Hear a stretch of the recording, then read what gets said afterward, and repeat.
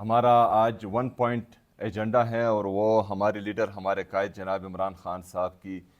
صحت ہی ہے۔ جیسا کہ آپ سب کو معلوم ہے کہ عمران خان صاحب کی صحت کا ایشو مسلسل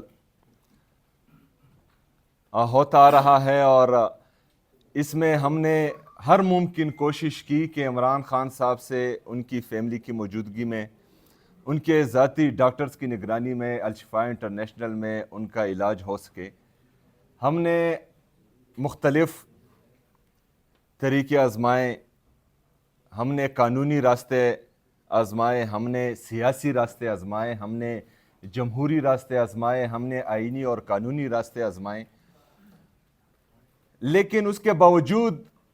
عمران خان صاحب کی صحت کے حوالے سے جو ہمارا آئینی اور قانونی مطالبہ ہے وہ نہیں مانا جا رہا۔ عمران خان صاحب کوئی معمولی آدمی نہیں ہے، وہ پاکستان کے سابقہ وزیر اعظم ہیں، وہ پاکستان کے سب سے بڑے سیاسی جماعت کے تاحیات چیئرمین ہیں، وہ کروڑوں پاکستانیوں کے صرف پاکستان میں نہیں بلکہ اسلامی دنیا کے وہ لیڈر ہیں۔ دو ہی لیڈر تھے، ایک بدقسمتی سے شہید کر دیا گیا اور ایک ابھی اڈیالہ جیل میں ہیں۔ اسلامی دنیا میں یہی دو لیڈر تھے، ہیں ایک ابھی بھی، لیکن بدقسمتی سے ہم اس کی قدر نہیں کر رہے۔ اور یہ آج جو ہم پر مسلط ٹولہ ہے، جن کے پاس نہ کوئی پالیسی ہے، جن کی نہ داخلہ پالیسی ہے، جن کی نہ خارجہ پالیسی ہے، مسلسل پاکستان کو اپنی پالیسیوں کے ذریعے تباہی کی طرف دھکیلا جا رہا ہے۔ لیکن انٹرسٹ کیا ہے؟ انٹرسٹ یہ نہیں ہے کہ معیشت ترقی کریں، انٹرسٹ یہ نہیں ہے کہ پاکستان میں ایگریکلچر گروتھ ہو، انٹرسٹ یہ نہیں ہے کہ پاکستان میں انڈسٹریل گروتھ ہو، انٹرسٹ یہ نہیں ہے کہ نوجوان جو پاکستان کا قیمتی اثاثہ ہے، جو تقریباً 60% پاکستان کی پاپولیشن کا ہے، ان کے لیے روزگار کے مواقع دیے جائیں۔ انٹرسٹ یہ ہے کہ عمران خان صاحب سے ان کی فیملی کو ملنے نہیں دینا، انٹرسٹ یہ ہے کہ عمران خان صاحب کا علاج نہیں کروانا، انٹرسٹ یہ ہے کہ عمران خان صاحب کو ان کی آئینی اور قانونی طریقے سے ہسپتال منتقل نہیں کرنا، یہ انٹرسٹ ہے ان کی۔ دوسری طرف انٹرسٹ یہ ہے کہ باقی جتنے بھی ہمارے صوبے ہیں جن کے وزیراعلیٰ عوامی مینڈیٹ سے نہیں آئے، صرف خیبر پختونخوا کا وزیراعلیٰ ہی عوامی مینڈیٹ کے ساتھ آیا ہے اور عوامی طاقت کے ساتھ آیا ہے، اس کو نائل کرنے کے لیے جو ہے مختلف قسم کے طریقے آزمائے جا رہے ہیں۔ ریجنل کرائسس ہیں، خطے میں جو حالات چل رہے ہیں، پاکستان میں جو حالات چل رہے ہیں، انٹرنیشنل دنیا میں جو حالات چل رہے ہیں، وہ ایک سائڈ پر رکھ کر ہماری انٹرسٹ کیا ہے، ہمارے ملک پر مسلط لوگوں کے، ان کے ہینڈلرز کی انٹرسٹ کیا ہے کہ ہمارے سینیٹرز کو نائل کیا جا رہا ہے، ہمارے لوگوں پر پابندیاں لگائی جا رہی ہیں، پاکستان تحریک انصاف کا جھنڈا نہیں لہرایا جائے گا، پاکستان تحریک انصاف کے وزیر اعلیٰ کو جو ہے 9 مئی میں ریڈیو پاکستان میں نائل کر دیا جائے گا۔ یہ ہماری انٹرسٹ ہیں، تو پاکستان خاک ترقی کرے گا، ہم خاک جو ہیں کسی اچھی طرف جائیں گے۔ ابھی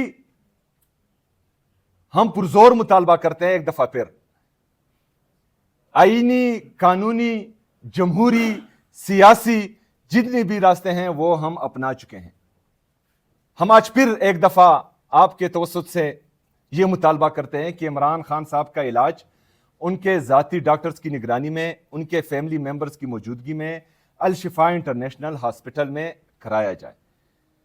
اگر فرض کرے ایسا نہیں ہوتا تو اگر خدا نہ خواستہ عمران خان صاحب کے صحت کے حوالے سے جو بھی ہو، تو جو یہ جعلی حکومت